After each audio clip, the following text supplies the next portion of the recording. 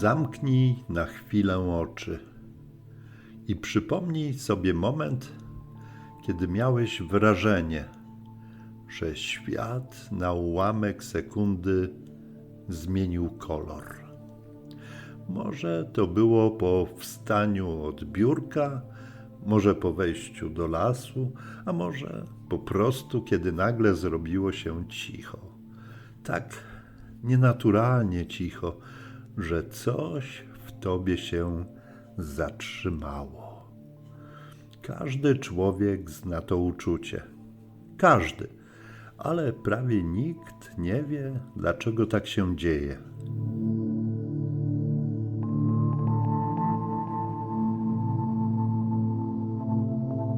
Witaj na kanale Innowidzący. Tu mówi Dariusz.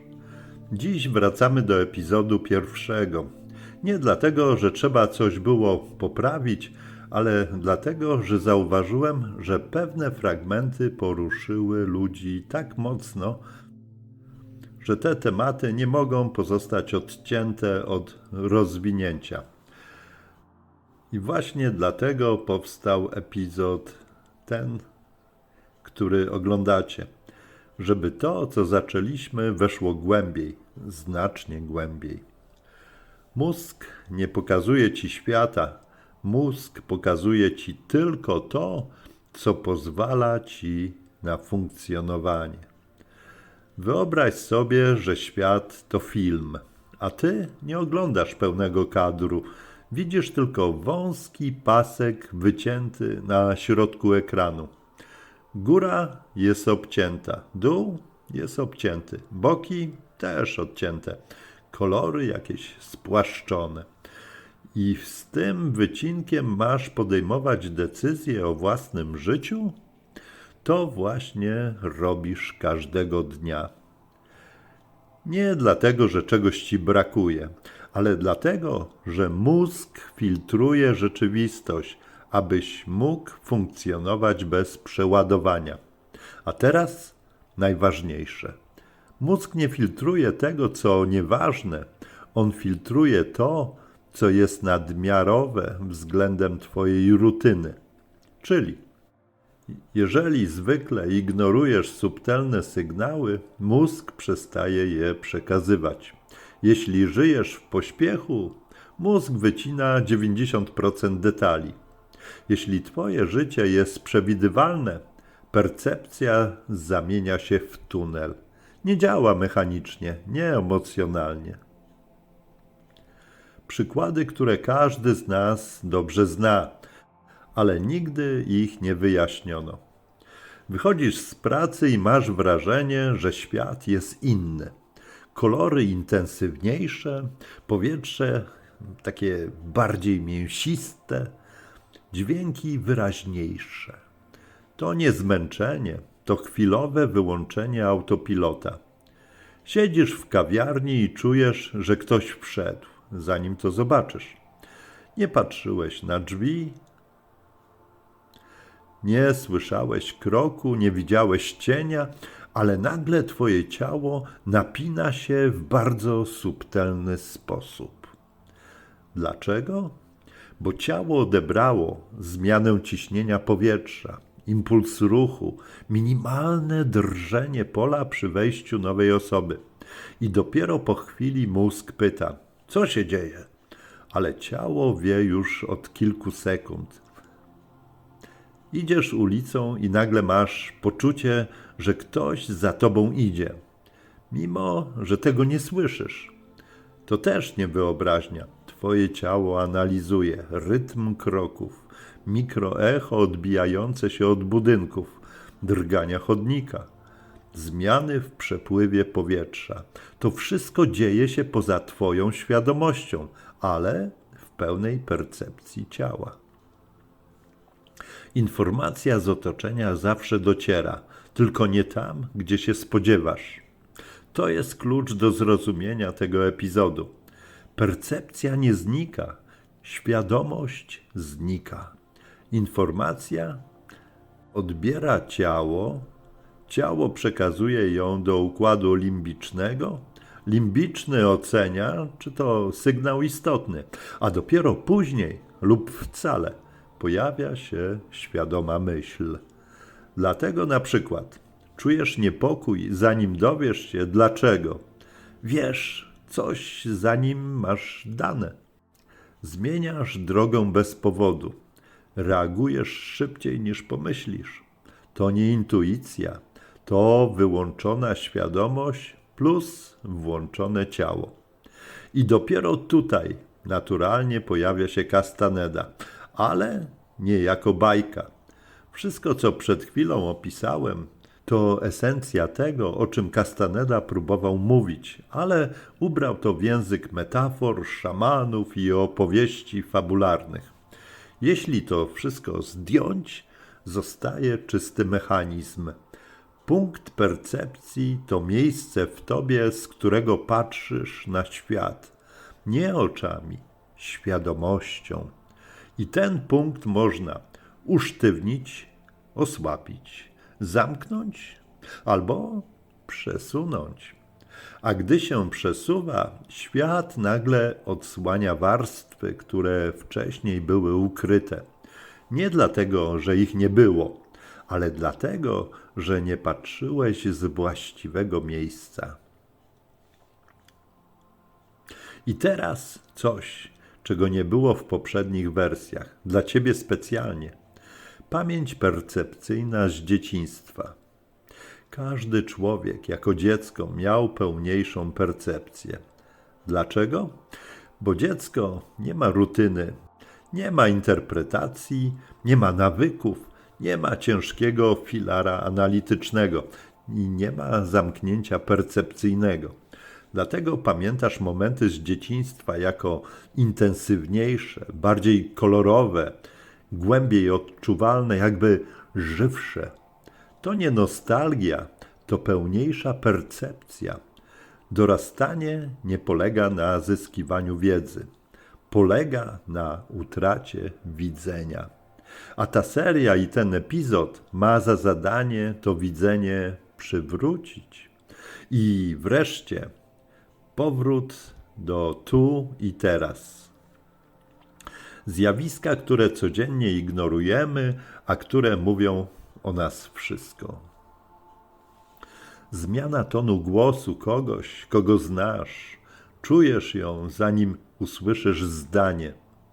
Delikatna różnica w temperaturze powietrza często mówi o obecności kogoś obok. Mikrodrganie podłogi mówi, że ktoś idzie energicznie czy niepewnie. Zmiana światła w pokoju informuje, że coś weszło w twoje pole. Delikatne ściągnięcie barków, reakcja ciała na nadchodzące zdarzenie. Ułamek sekundy wyciszenia. To moment, gdy ciało rejestruje zagrożenie lub zmianę. To wszystko są sygnały w 100% realne, w 100% fizjologiczne, w 100% twoje. I jedyne, co musisz zrobić, to zacząć je zauważać. Powiedziałeś, powiedziałaś, tak, gotowy. Możesz tego nie widzieć, ale świat wokół ciebie cały czas delikatnie drży. Nie mówię o trzęsieniu ziemi, mówię o tym mikroskopijnym pulsowaniu rzeczywistości, które czujesz tylko wtedy, gdy nagle wszystko robi się cichsze niż zwykle. Wtedy, w tej jednej sekundzie, zmysły wyłapują coś, co normalnie ginie pod warstwami rutyny. I właśnie to drżenie jest jednym z najważniejszych sygnałów percepcji. Tym, który często odczuwasz, ale rzadko uświadamiasz sobie, że go czujesz? Gdy rzeczywistość faluje przed tobą i czemu tak wiele osób ignoruje ten moment? Każdy miał taką chwilę. Jedziesz autobusem i nagle odpływasz. Patrzysz na ulicę i przez sekundę wszystko jest jak za cienką mgłą. Zatrzymujesz się, bo coś czujesz, ale nie wiesz co. Patrzysz na kogoś i widzisz coś więcej niż jego twarz. Ten moment jest prawdziwy. To nie jest zamyślenie, to nie jest zmęczenie, to pęknięcie filtra. To ta jedyna sekunda, w której świadomość i percepcja nakładają się na siebie. I przez chwilę widzisz świat takim, jaki jest. Nie takim, jakim każe ci go widzieć mózg. Mechanika drżenia, czyli dlaczego czasem przeczuwasz rzeczy. Wyobraź sobie, że otacza cię pole. Delikatne, subtelne, ale stale aktywne. To pole reaguje, zanim zareaguje świadomość. Dlaczego? Czujesz, że ktoś się zbliża, zanim go usłyszysz. Wiesz, że ktoś się tobie przypatruje, zanim odwrócisz głowę. Czujesz zmianę nastroju pomieszczenia, zanim ktokolwiek coś powie. Wchodząc do pokoju, czasem czujesz, coś tu się wydarzyło. To wszystko są sygnały ciała, nie metafizyczne, nie tajemnicze, realne, fizjologiczne reakcje.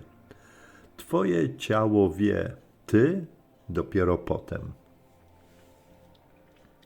Dlaczego ciało wie szybciej niż ty sam? Bo ciało nie analizuje, nie interpretuje, nie ocenia, nie zastanawia się, nie porównuje z przeszłością. Ciało odbiera rzeczywistość tu i teraz, w czystej formie, a mózg dopiero później robi z tego historię.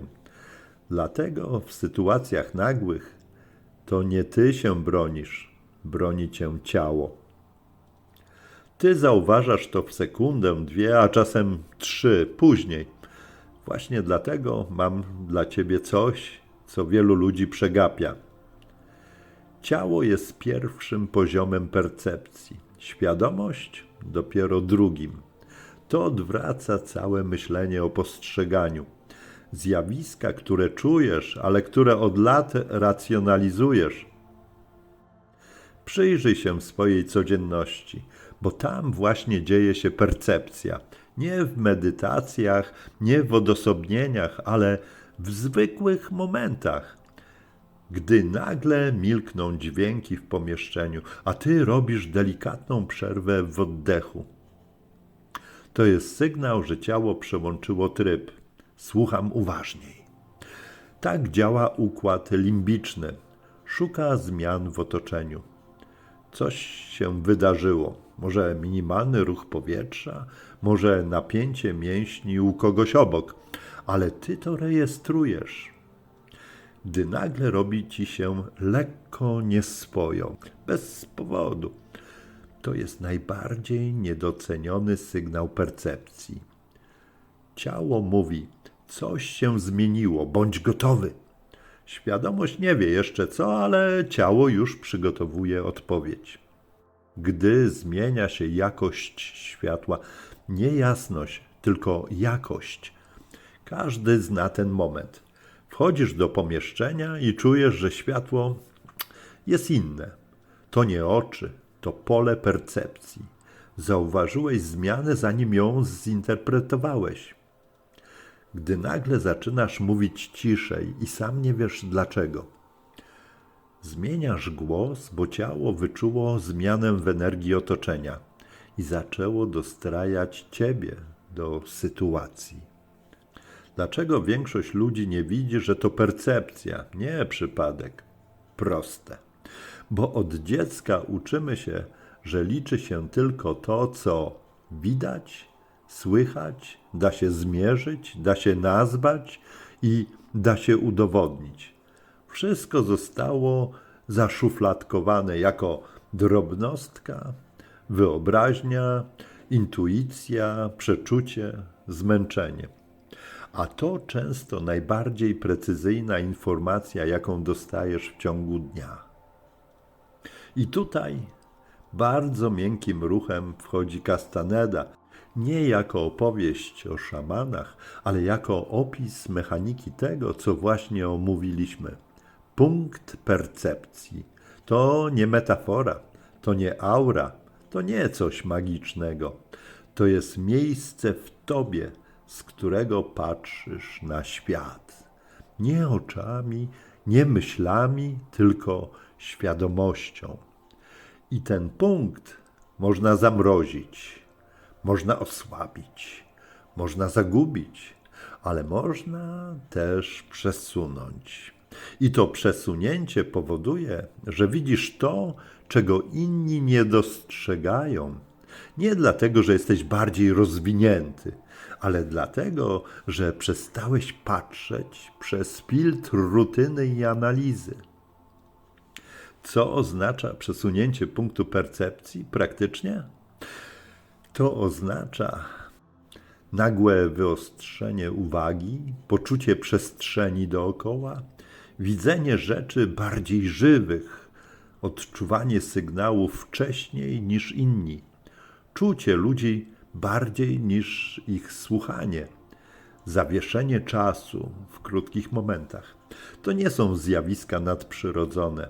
To jest prawidłowy typ pracy człowieka, który nie jest przytłumiony. Dlaczego to jest fundament epizodu drugiego? Bo epizod drugi będzie omawiał zjawiska, które dzieją się na granicy percepcji i świadomości. A jeśli nie zrozumiesz, czym jest to delikatne drżenie świata, albo skąd się bierze to mikrowyprzedzanie reakcji ciała, to następne tematy mogą wyglądać jak ciekawostki. A tu nie chodzi o ciekawostki, chodzi o konkretne mechanizmy działania percepcji. Przez cały czas mówiliśmy o tym, co czujesz na poziomie ciała, zanim zdążysz to nazwać. To właśnie tam, na styku percepcji i świadomości, zaczyna się to, co dawne tradycje nazywały pęknięciem świata, a współczesna nauka mikroprzebudzeniem percepcyjnym. Ale żeby zobaczyć, co naprawdę za tym stoi, musimy wejść w mechanizm, którego prawie nikt nie opisuje wprost. Moment zatrzymania świata. To, o czym Castaneda pisał w metaforach, a co ty przeżywasz codziennie, tylko nie wiesz, że to. Zatrzymanie świata, realny, fizyjny proces, który każdy zna. Nie ma tu magii, nie ma światów równoległych, nie ma szamanizmu. Zatrzymanie świata to chwilowe wyłączenie automatycznej interpretacji. Najprościej mówiąc, to moment, w którym mózg przestaje komentować, przestaje etykietować, przestaje opowiadać ci, co widzisz. I nagle przez ułamek sekundy świat jest czystszy. Jak to wygląda? Patrzysz na ludzi w kawiarni i wszystko zwalnia. Idziesz ulicą i świat jakby rozciąga się. Jesteś w domu i nagle czujesz obecność przestrzeni za sobą. Widzisz otoczenie, jakby było jaśniejsze, słyszysz dźwięki bardziej trójwymiarowe, albo masz to jedno krótkie wow, ale bez emocji, bez słów, bez myśli. To właśnie to, zatrzymanie świata. Nic mistycznego, czysta neurobiologia percepcji. Dlaczego tak wiele osób to przeżywa, ale nie potrafi o tym mówić? Bo nikt nigdy im nie powiedział, co to jest. Więc ludzie mówią, zamyśliłem się, coś mnie wybiło. Na chwilę mnie nie było. Miałem moment pustki. Odleciałem. W rzeczywistości mieliby moment, w którym zniknęła warstwa interpretacji, a pojawiła się warstwa percepcji. I to jest punkt, w którym świadomość styka się z rzeczywistością, bez pośredników. Castaneda próbował to opisać bajkami, bo nie miał innego języka. Jeśli wyrzucić z jego książek szamanów jaguary, jasnowidzenie, moc, nadnaturalne historie, to zostaje bardzo czysty rdzeń. Punkt percepcji można przesunąć i wtedy świat ujawnia rzeczy, których wcześniej nie widziałeś. To nie jest zmiana świata, to jest zmiana ciebie wobec świata. Przesunięcie punktu percepcji to nic innego jak wyostrzenie pola widzenia, odcięcie narratora w głowie, wejście w czysty odbiór, reagowanie z poziomu ciała, widzenie detali, czucie obecności ludzi, słyszenie więcej dźwięku niż samej treści. To działa u każdego, nie tylko u wtajemniczonych. Jak przesuwa się punkt percepcji w praktyce? Nie przez praktyki duchowe, nie przez medytację na szczycie góry, nie przez odosobnienia.